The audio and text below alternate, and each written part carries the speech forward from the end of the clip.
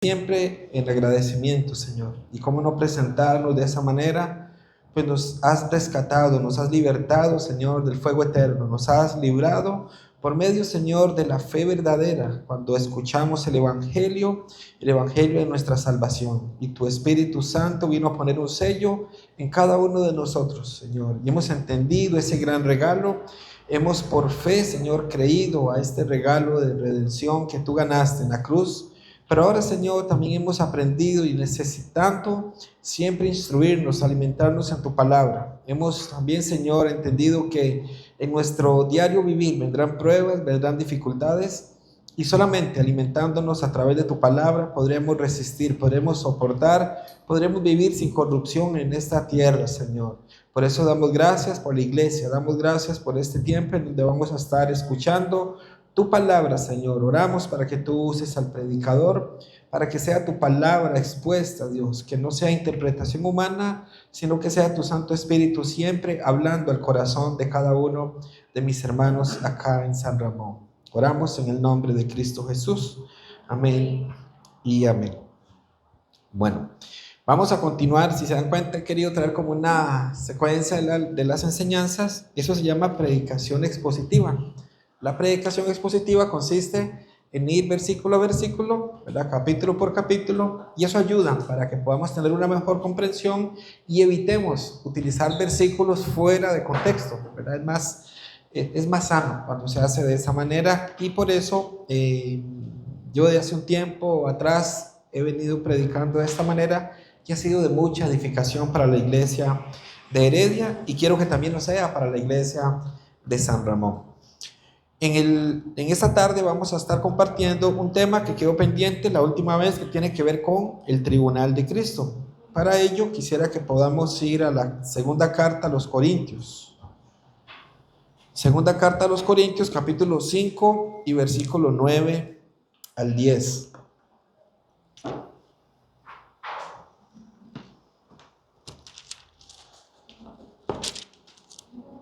Segunda carta a los Corintios, capítulo 5, versículo 9 hasta el 17, vamos a estar leyendo.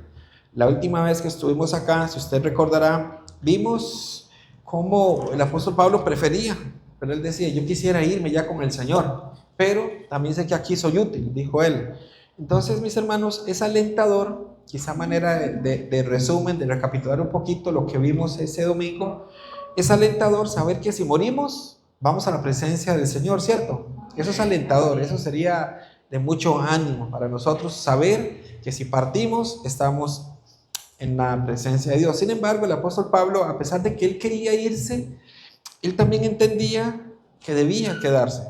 Y con esa breve introducción, quiero que leamos el versículo 9 de la segunda carta a los Corintios, del capítulo 5. Dice así: por tanto, procuramos también, o ausentes o presentes, serle agradables, porque es necesario que todos nosotros comparezcamos ante el tribunal de Cristo, para que cada uno reciba según lo que haya hecho mientras estaba en el cuerpo, sea bueno o sea malo.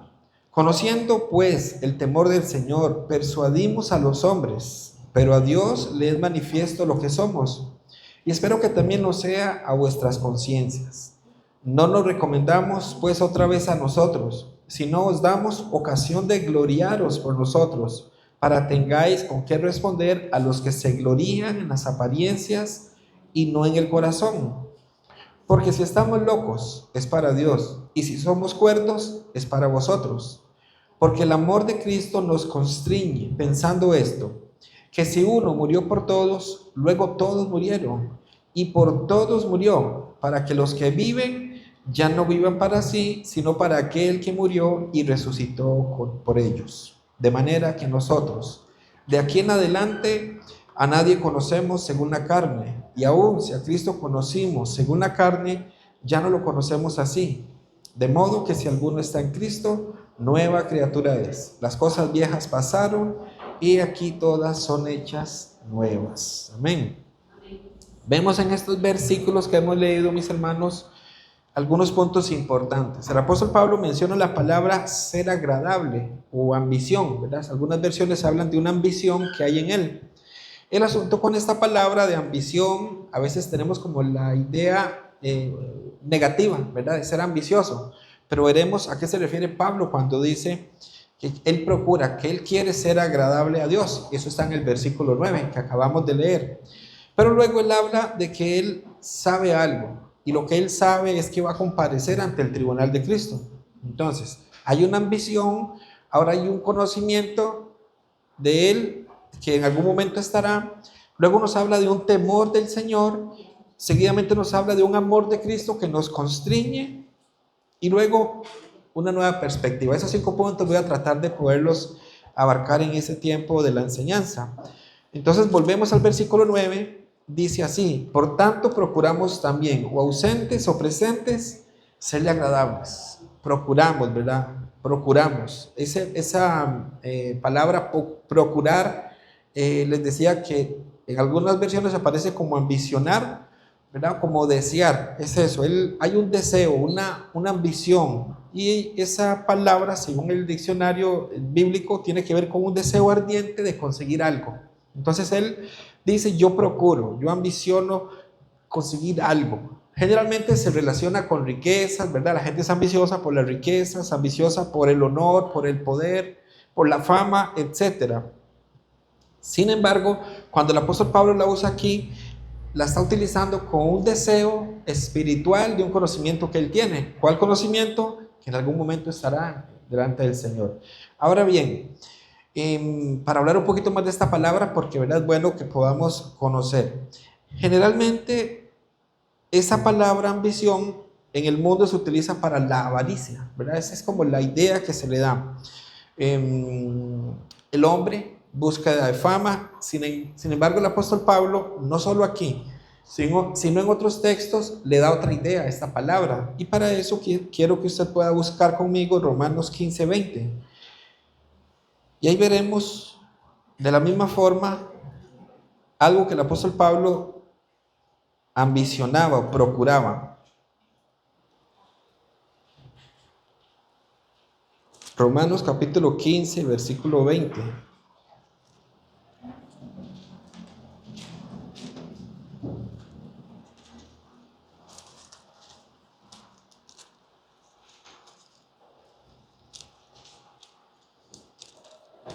Romanos capítulo 15, versículo 20 dice de esta manera.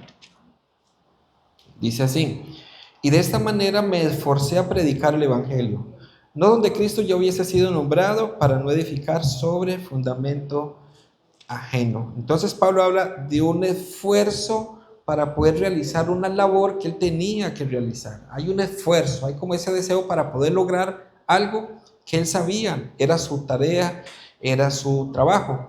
En Primera Tesalonicenses, si usted me acompaña a la primera carta de Tesalonicenses,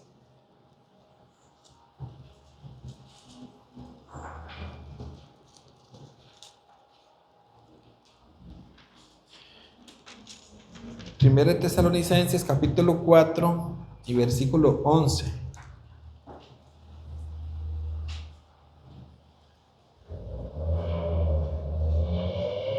Recordemos el que leímos hace un momento. Pablo esforzándose para predicar el evangelio. ¿Agrada o no agrada eso a Dios? Agrada a Dios. Luego en Tesalonicenses, 1 Tesalonicenses capítulo 4, verso 11 dice: y que procuréis tener tranquilidad y ocuparos en vuestros negocios y trabajad con vuestras manos de manera que os hemos mandado. Estos 2 versículos podemos ver una intención de Pablo, un deseo de agradar a Dios. Entonces, la ambición que Pablo presenta o lo que él procura es agradarle a Dios. Ahí donde se quiebra el esquema del mundo que dice que la ambición tiene que ver solo con deseos de fama, de dinero, de riquezas, etc. Pablo tenía una ambición, tenía un deseo, pero siempre tenía que ver con agradar al Señor. Ese es el deseo que él está presentando una y otra vez. Si usted me acompaña a Romanos, volvemos a Romanos capítulo 14. Romanos 14 y verso 18.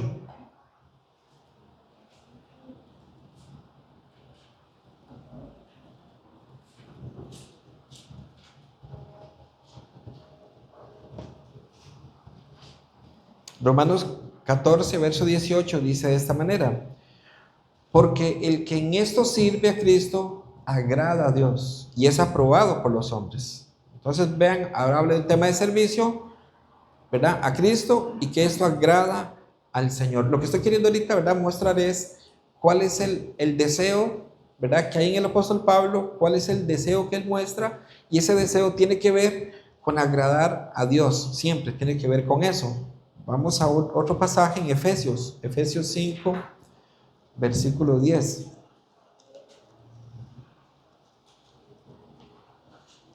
Efesios capítulo 5.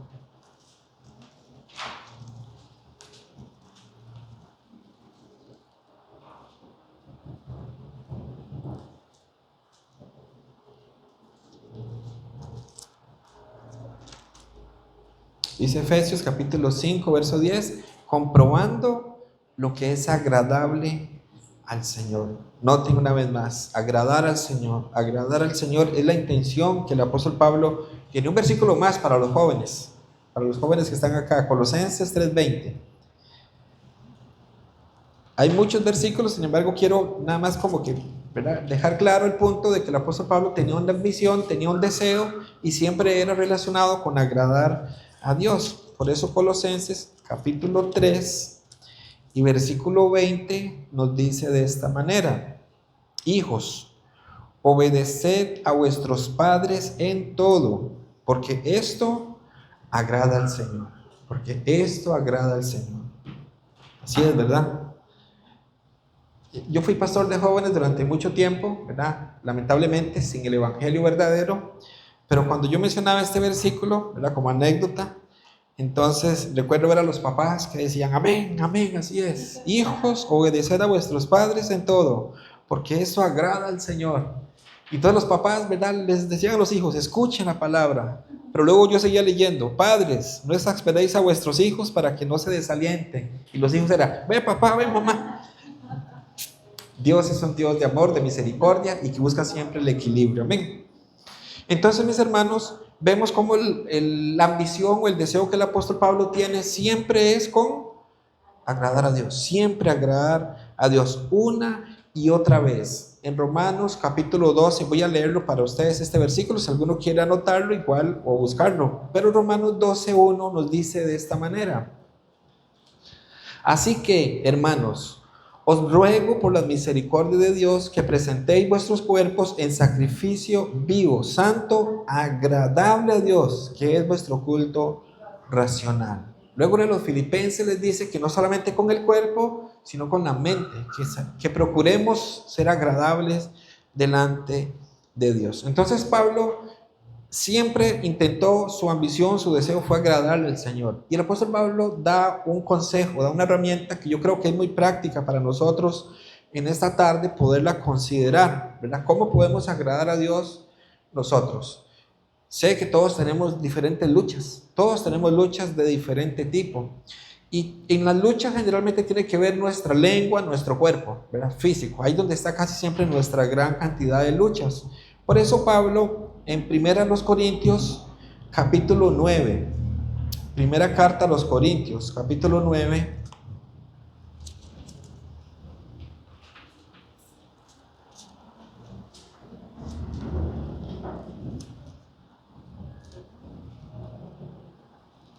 y verso 27, primera Corintios 9, 27.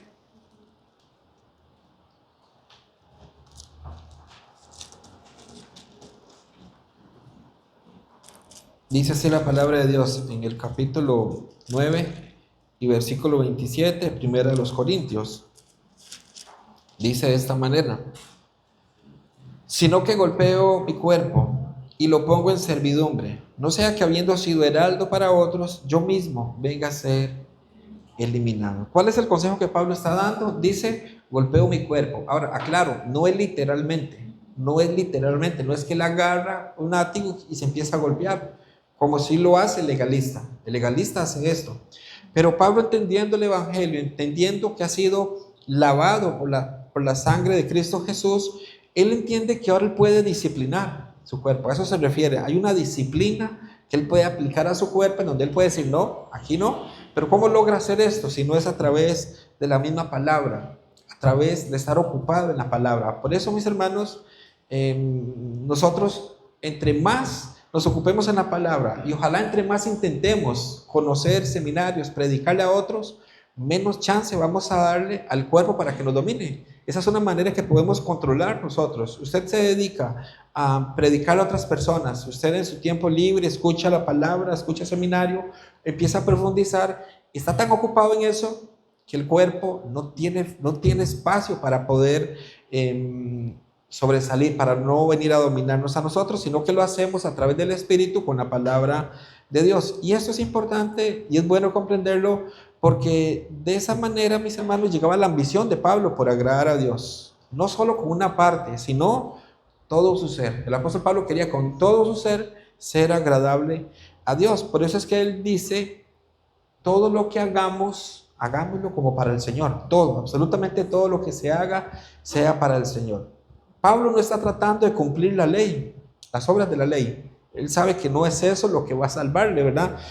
Ya fueron cumplidas por Cristo Jesús. Pero el apóstol Pablo lo que intenta ahorita es agradarle a Dios mientras esté vivo. Agradarle por agradecimiento. Y esa es la manera en que el creyente debería vivir la vida. No tratando de cumplir las obras de la ley, porque Cristo ya las cumplió, no intentando ganar la salvación de esa manera, porque no podemos impresionarlo, ¿verdad? Aunque nos esforcemos, no vamos a impresionar a Dios porque ya alguien lo impresionó, y fue Jesucristo quien lo impresionó. Entonces, habiendo dicho esto, mis hermanos, el versículo 9, lo que dice, ¿verdad? Procurando agradarle. El 10, ahora vamos a nuestro texto, 2 Corintios 5:10, se va a entender mejor después de haber leído ese versículo 9. Porque entonces el apóstol Pablo empieza diciendo en ese versículo 9, por tanto procuramos también, o ausentes o presentes, serle agradables a él.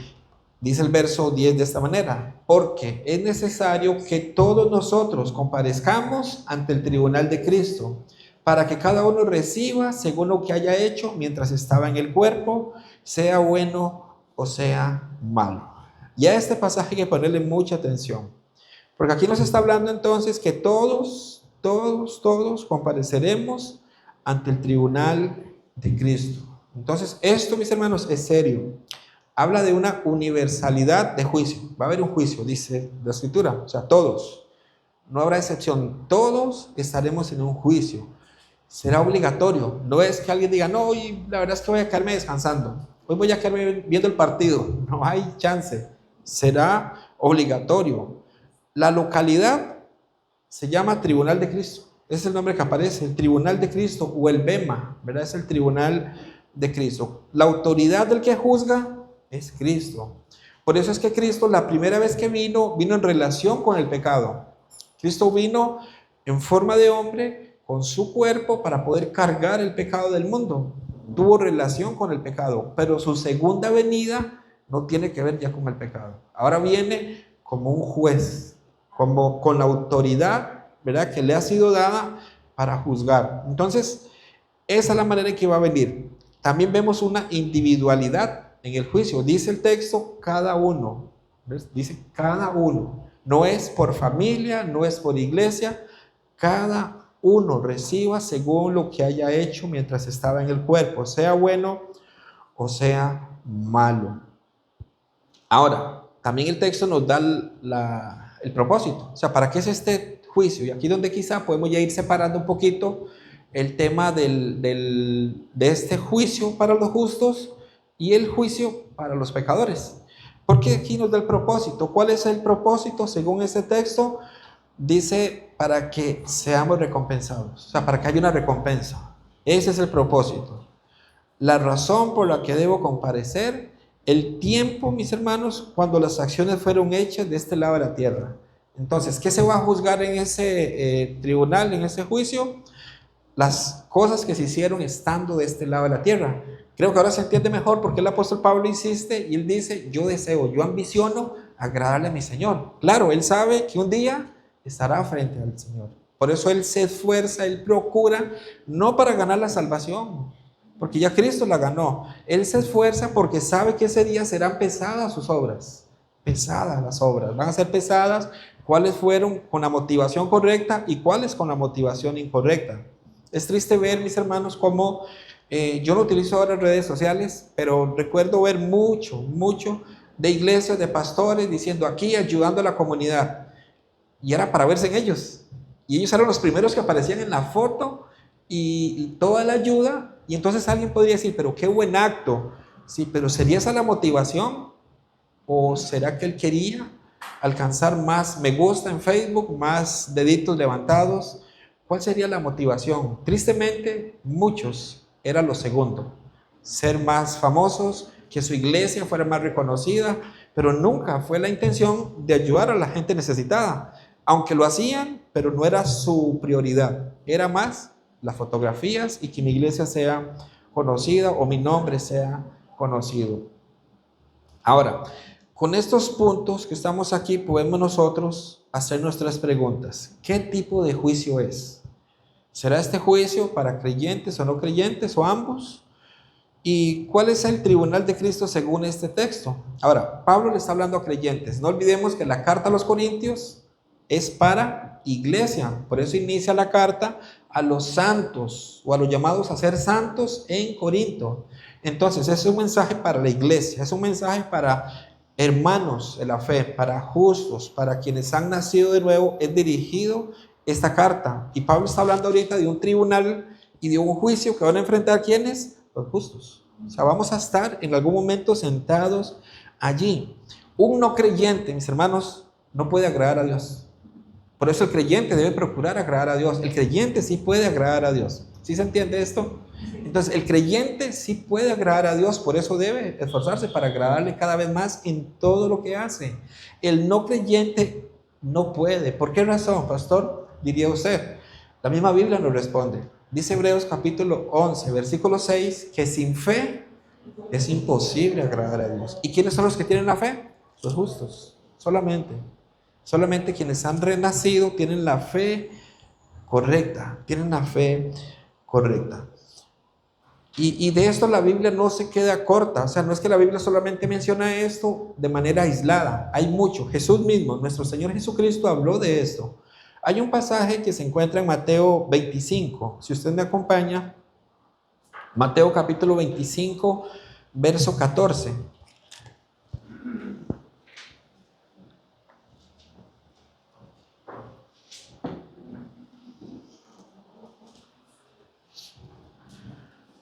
Mateo 25, versículo 14 al 19.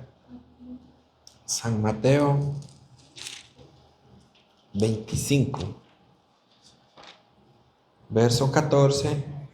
Voy a leer del verso 14 al 19. Dice así: porque el reino de los cielos es como un hombre que yéndose lejos llamó a sus siervos y les entregó sus bienes.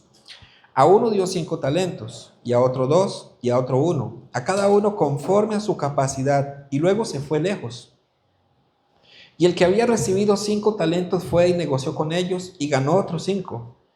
Asimismo, el que había recibido 2, ganó también otros 2. Pero el que había recibido 1 fue y cavó en la tierra, y escondió el dinero de su señor. Después de mucho tiempo, vino el señor de aquellos siervos, y arregló cuentas con ellos. Notemos, esta parábola la está diciendo Cristo, ¿verdad? Jesús está hablando de esto. Cristo está queriendo enseñarles a sus oyentes, principalmente a sus discípulos, algo aquí. ¿Qué es lo que les está queriendo mostrar? Que hay un Señor que pedirá cuentas. Esa es la parábola. Ven, que habla de un hombre que se fue lejos, pero que le delegó. Se fue lejos.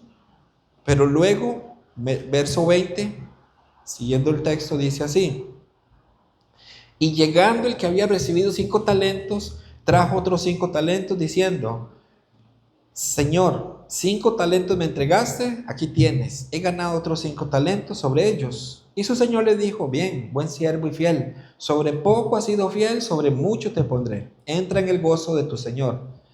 Llegando también el que había recibido 2 talentos, dijo: Señor, 2 talentos me entregaste, aquí tienes, he ganado otros 2 talentos sobre ellos. Su señor le dijo: bien, buen siervo y fiel, sobre poco has sido fiel, sobre mucho te pondré, entra en el gozo de tu señor.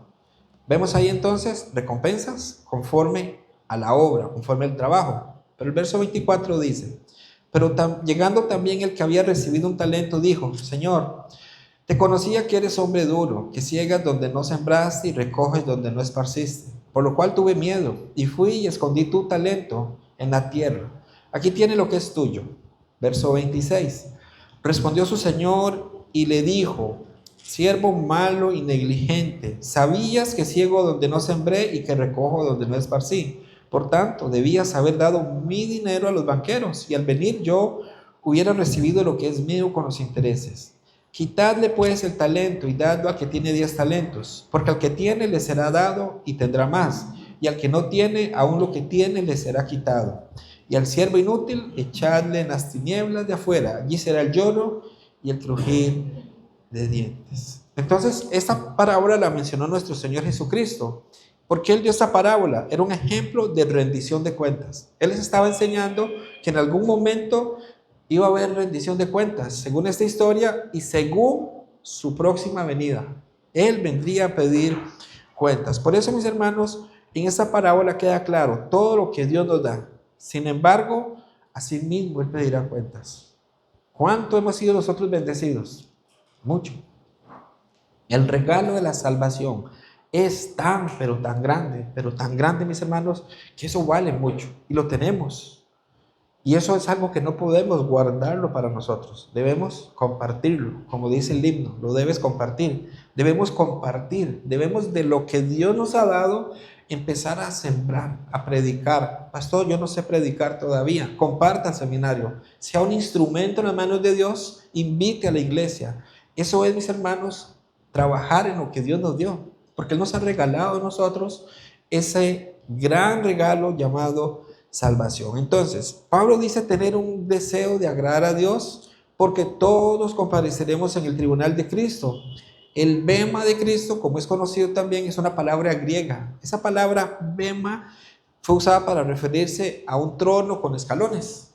Bema. El bema era un trono que tenía escalones o escaleras donde los atletas subían. Ve qué linda la forma en que la Biblia lo describe, por lo menos el bema de Dios, ¿verdad? Es ese lugar donde se ponían escaleras, el atleta venía, subía y arriba recibía la medalla. Era para recibir medallas. Entonces, cuando nosotros vemos, de hecho en el Nuevo Testamento la palabra que aparece para el trono de Pilato y de Herodes era similar, el bema, un lugar donde se subía para recibir recompensas. Esa es la palabra griega para el tribunal de Cristo. Tiene mucho sentido porque allí estaremos un día para recibir nosotros recompensas. Entonces, hay una vida que debe ser examinada. La vida nuestra va a ser examinada por Dios y va a ser o va a dictarse un veredicto de mi fidelidad hacia Dios con respecto a lo que Él me entregó. Lo que Dios me entregó, yo tendré que dar cuentas. Yo mismo tendré que dar cuentas al Señor por aquellas personas a quienes tuve que ir a predicar y no lo hice. Yo tengo que dar cuentas a Dios. Cada uno de nosotros tiene que dar cuentas a Dios con el talento que quizás nos entregó. Hay personas que tienen el talento de la voz hermosa, cantan hermoso como yo quisiera cantar, ¿verdad? Cantan tan lindo. Yo, qué lindo, es un talento. ¿Lo tienen al servicio o lo tienen guardado? ¿Me explico? O sea, Dios nos ha dado y Dios a la iglesia la dota de dones. Dios da a la iglesia dones. ¿Para qué? Para la edificación del cuerpo de Cristo. Esa es la intención. Y Dios nos va a pedir en algún momento cuentas. Yo te di este talento, yo te di este don. ¿Tienes la habilidad para hacerlo? ¿Qué hiciste para el reino? ¿Qué hiciste para el evangelio de Dios? Entonces, todos mis hermanos compareceremos. Todos seremos examinados. Y si todos seremos o compareceremos ante el tribunal de Cristo, va a haber una examinación y cuando se examine va a haber una recompensa. La connotación de recompensa pareciera ser como que se me debe algo, ¿verdad? Cuando uno dice se va a recompensar, es como, a ver, recompénsame porque me saqué bien el examen, ¿verdad? Pero mis hermanos, esta recompensa no es porque Dios esté obligado a darnos algo. Él no está obligado a darnos nada. Pero Él, por fidelidad, mis hermanos, Él prometió por su fidelidad al servicio da recompensas. Es una promesa de Dios y su promesa Él la cumple porque Él es Dios. Él no es hombre para que mienta, ni hijo de hombre para que se arrepienta. Entonces, ahora sí, ¿qué es lo que va a examinar? ¿Qué cosas van a examinar? Las buenas y las malas obras. Palabras, acciones, todo esto, mis hermanos. En 1 Corintios, si usted me puede acompañar, 1 Corintios, capítulo 4. 1 Corintios, capítulo 4, versículo 3.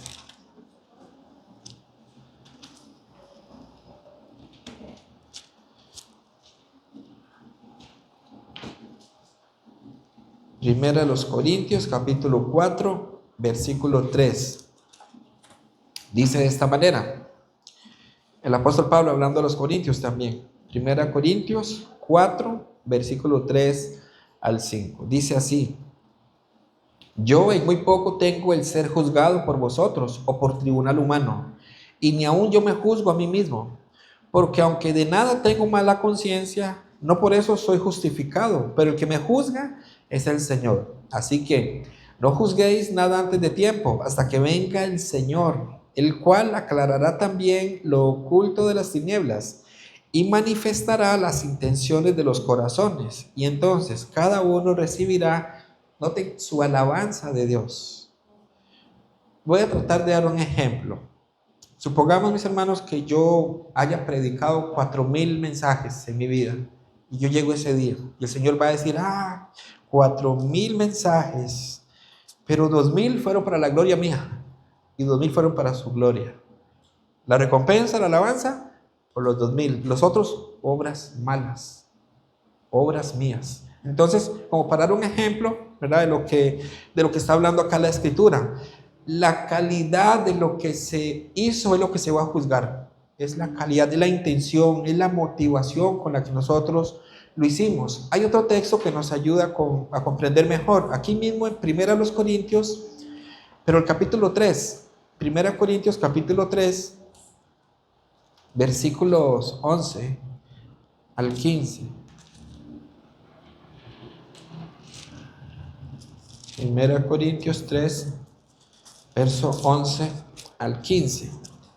Dice de esta forma: porque nadie puede poner otro fundamento que el que está puesto, el cual es Jesucristo.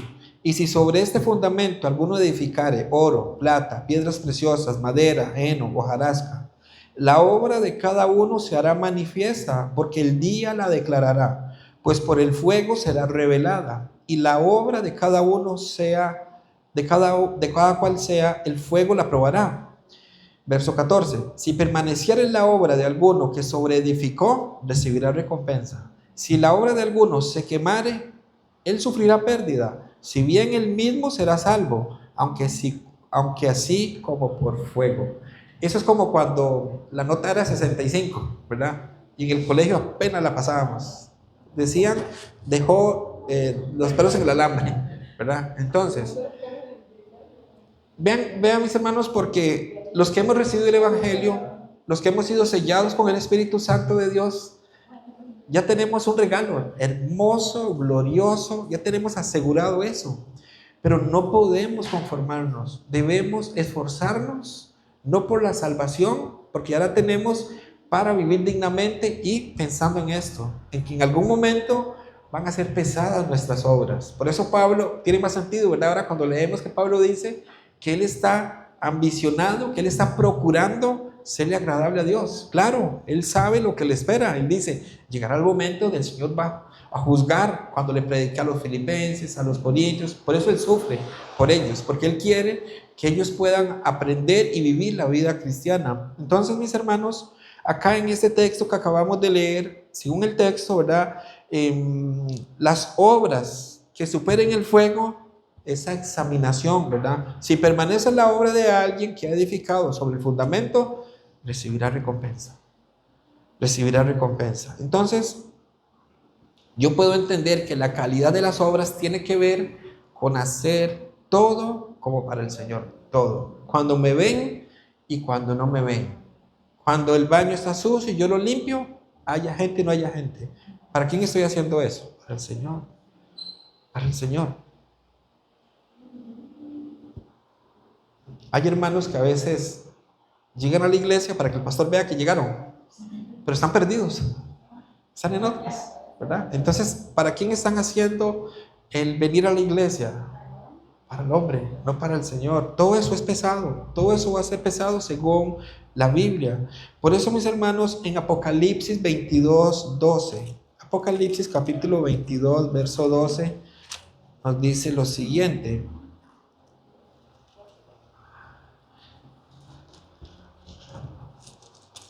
Dice Apocalipsis capítulo 22, versículo 12. Yo a veces me siento como el apóstol Pablo. Cuando leo esto, yo, Señor, qué lindo irse ya, ¿verdad?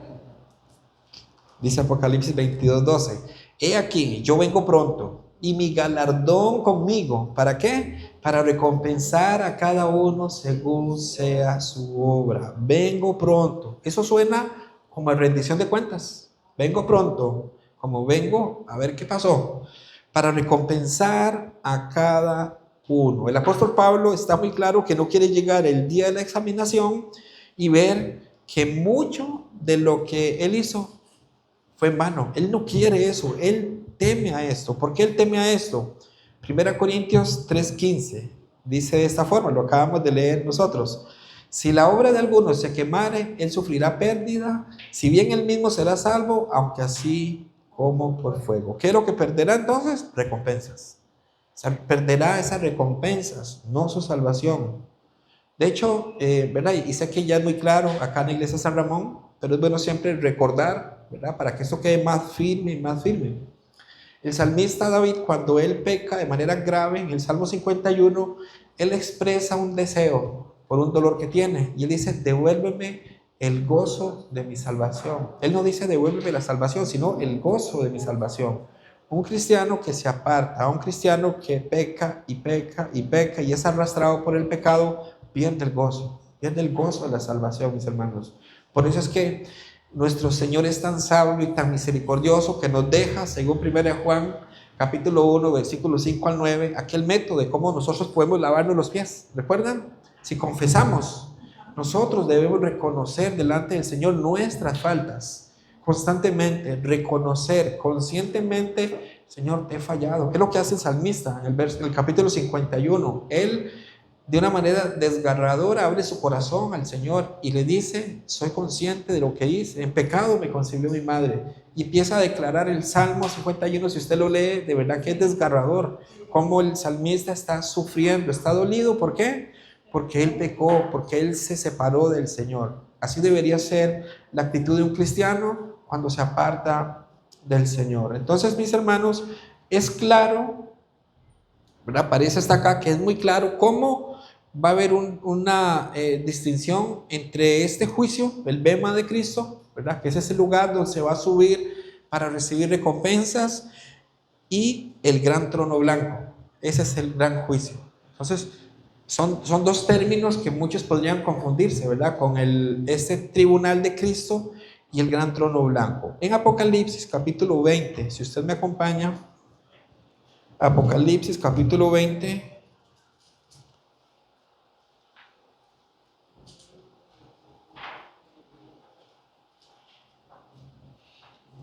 Apocalipsis capítulo 20, versículo 11 al 15. Dice de esta manera: y vi un gran trono blanco, y al que estaba sentado en él, de delante del cual huyeron la tierra y el cielo, y ningún lugar se encontró para ellos. Y vi a los muertos, grandes y pequeños, de pie ante Dios. Y los libros fueron abiertos, y otro libro fue abierto, el cual es el libro de la vida. Y fueron juzgados los muertos por las cosas que estaban escritas en los libros, según sus obras. Y el mar entregó los muertos que habían en él, y la muerte y el Hades entregaron los muertos que habían en ellos. Y fueron juzgados cada uno según sus obras. Y la muerte y el Hades fueron lanzados al lago de fuego. Esa es la muerte segunda. Y el que no se halló inscrito en el libro de la vida fue lanzado al lago de fuego. Entonces, cuando una persona muere en esta tierra, cuando muere, cuando es despedida, inmediatamente ya hay un destino, ya está establecido un destino para esta persona. Hebreos 9:27 nos menciona que está establecido para el hombre que muere una sola vez y después de esto el juicio. Entonces, una persona que muere en Cristo, como nuestro hermano Carlitos, él falleció y qué dichoso, ¿verdad? Porque él ya sabe, él está en un lugar, según la Biblia, ¿en dónde está él? En el paraíso. No ha llegado aún, ¿verdad? Al lugar donde decíamos estar todos, pero ya él sabe, o sea, él ya sabe dónde está. Una persona sin Cristo no va al infierno inmediatamente, pero va a un lugar de tormento. ¿Dónde dice esto la Biblia? En Lucas 16 nos menciona claramente aquella historia del rico y de Lázaro, ¿verdad? Cómo los lugares son inmediatamente distintos en el momento en que se parten. Por eso el pensamiento de muchos, que no, que morimos y dormimos y nos despertamos. Ah, mis hermanos, inmediatamente morimos, se sabe. O sea, es inmediato. Jesús dijo esto. Dice Lucas 23, para respaldar lo que estamos diciendo, ¿verdad? Lucas 23, verso 42. Jesús mismo lo menciona. Dice Lucas 23, verso 42 y 43, hablando del ladrón de la cruz. Lucas capítulo 23, versículo 42. Dice así Lucas capítulo 23, verso 42 y 43. Y dijo a Jesús: acuérdate de mí cuando vengas en tu reino. Entonces Jesús le dijo: de cierto te digo que hoy estarás conmigo en el paraíso. Murió. ¿Y dónde le prometió el Señor que estaría? En el paraíso, inmediatamente. Entonces, eso sucede con los que partimos en Cristo. Lucas, ahí mismo que estamos en Lucas, pero retrocedamos un poquito al capítulo 16. Lucas 16. Lucas capítulo 16, versículo 22 y 23.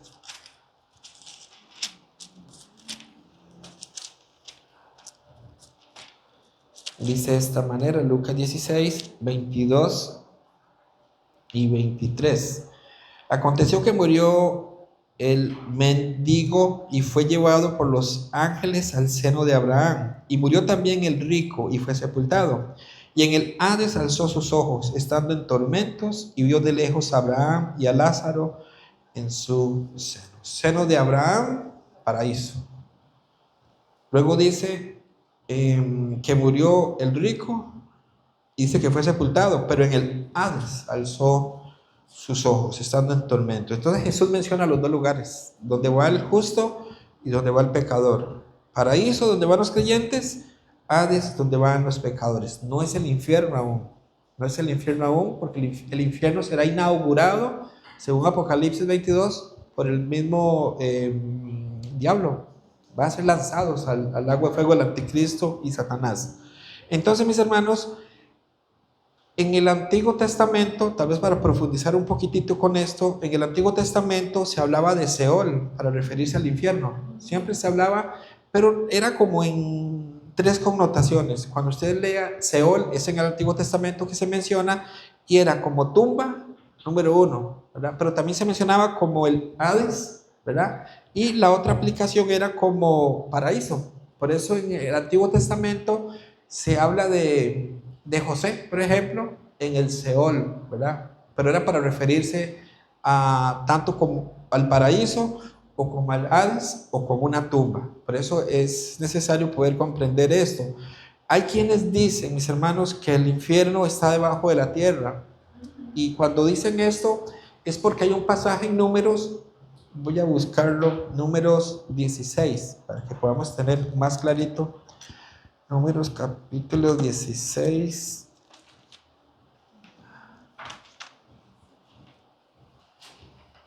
Verso, les digo, Números 16, verso 30.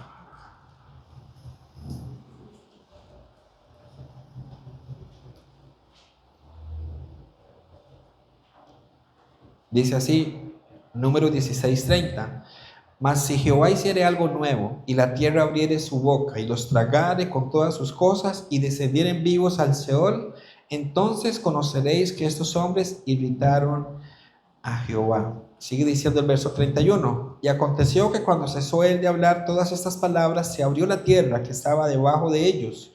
Abrió la tierra su boca y los tragó a ellos, a sus casas, a todos los hombres de Coré y a todos sus bienes. Y ellos con todo lo que tenían descendieron vivos al Seol, y los cubrió la tierra y perecieron de en medio de la congregación. Seol como tumba. Entonces como tumba aparece. ¿Sí se entiende un poquito? Sí. Seol entonces no es necesariamente infierno, tiene que ver con la tumba, tiene que ver con el paraíso, tiene que ver con el Hades. De esa manera se entiende mejor en el Antiguo Testamento. Ya en el Nuevo Testamento está más claro, ¿verdad? El Hades, ¿verdad? Para quienes van al lugar de tormento, y paraíso para quienes van a la espera. Yo digo que es como la sala de espera, ¿verdad? De los creyentes. Amén. Entonces, mis hermanos, nosotros ante un texto como esto, y quisiera tal vez ir concluyendo porque tendría que ampliarme mucho con los versículos que siguen, pero quisiera tal vez a manera de resumen, ¿verdad? Que podamos llegar a esta conclusión. Hemos sido salvados por gracia, hemos recibido la salvación, ¿verdad? Por medio de la fe, Dios mostrando su misericordia, porque es por misericordia que somos salvos. Por su misericordia somos salvos. ¿Cuánta misericordia tuvo con cada uno de nosotros? Conmigo tuvo mucha misericordia, mucha paciencia, y después de renacido sigue teniendo misericordia, sigue teniendo paciencia con cada uno de nosotros. Qué lindo que es nuestro Señor. Entonces, ¿qué debemos hacer? Procurar, como Pablo, ambicionar agradable en todo. Entonces, que nuestras vidas sean de constante entrega y esfuerzo para agradarle a Él, porque llegará el día en que nuestras obras serán juzgadas, esas obras. Y qué lindo que podamos nosotros, cuando llegue ese momento, poder recibir esos galardones de parte de Dios, que hayamos hecho un trabajo de bendición para Él. Amén. Vamos a orar, mis hermanos. Amado Señor, damos gracias en esta tarde en que tú, Señor, has permitido que podamos estar reunidos como tu iglesia, Señor. Gracias por los hermanos de la iglesia de San Ramón, a quienes tú amas, Señor, a quienes tú muestras tu misericordia, tu gran amor, enviando, Señor, cada domingo a pastores que tú mismo, Señor, has puesto en el corazón, que traigan mensajes, Señor, de ánimo, mensajes de edificación. Gracias te doy por ser parte de esos pastores, Señor, que tú has considerado podamos venir a predicar a esta amada y hermosa iglesia tuya, Señor. Oro por cada uno de los miembros de esta congregación, Señor, desde los más pequeños hasta los más grandes, los que están hoy acá y los que se ausentaron por diferentes razones, Señor. Oramos para que el crecimiento, Señor, venga dándose conforme, Señor, al conocimiento de tu palabra, que la fe de cada uno, Señor, de los que están acá vaya en aumento. Esa fe, Señor, necesaria para que sea, Señor, igualada al conocimiento, la fe y conocimiento de tu palabra. Ayúdanos, Señor, para que podamos caminar unidos como la iglesia, como el cuerpo de Cristo, entendiendo que tú eres la cabeza, Señor, que la iglesia es el cuerpo, y que cuando el cuerpo está unido es más fuerte. Señor, cuando la iglesia se une, Satanás no puede prevalecer contra la iglesia tuya, Señor. Gracias te doy por cada uno de los servidores y por los que has de levantar, Señor, por las cosas grandes y hermosas que vas a hacer en cada uno, Señor, de mis hermanos en esta comunidad. Oramos en el nombre de Cristo Jesús. Amén y amén. Muchas gracias, mis hermanos.